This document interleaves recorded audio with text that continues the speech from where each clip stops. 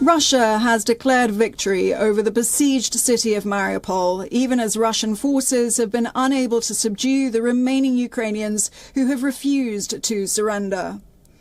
In a televised address on a state-run broadcast network, Vladimir Putin congratulated Russian forces for the successful liberation of Mariupol.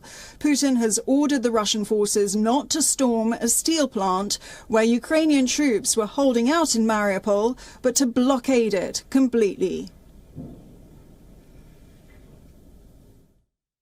Предлагаемый штурм промышленной зоны считаю нецелесообразным.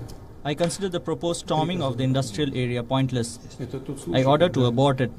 This is the case when we must think, that is, we must always think, but even more so in this case, about preserving the life and health of our soldiers and officers. There is no need to climb into these catacombs and crawl underground through these industrial facilities. Block off this industrial area so that not even a fly comes through. Putin's comments on national television were an effort to assert control of a strategic city that Russia has so far failed to fully capture, despite 2 months of bombardment that has killed tens of thousands of civilians. The Russian Defense Ministry has released footage of what it said was a damaged state hospital in the Ukrainian port city of Mariupol. According to the text, all buildings at the hospital had been damaged, and the hospital isn't receiving patients anymore.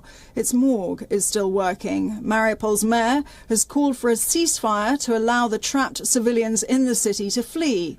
Yesterday, 4 buses carrying evacuees managed to leave Mariupol after both Russia and Ukraine agreed to open the corridors. Meanwhile, an advisor to the Ukrainian president has said that Vladimir Putin's order for his forces not to storm the Azovstal steel plant is a sign that Russia has realized it's unable to capture it.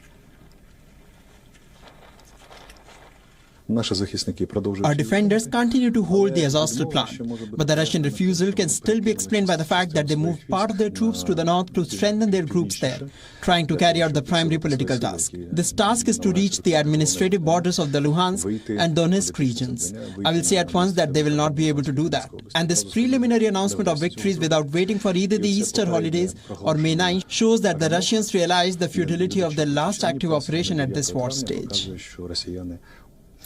Meanwhile, in Donbas, Western leaders are scrambling to send more weapons to Ukraine as the battle gets underway. The Pentagon said Ukraine has received fighter jets and parts for its aircraft, and the US president is announcing a new military and aid package worth $800 million.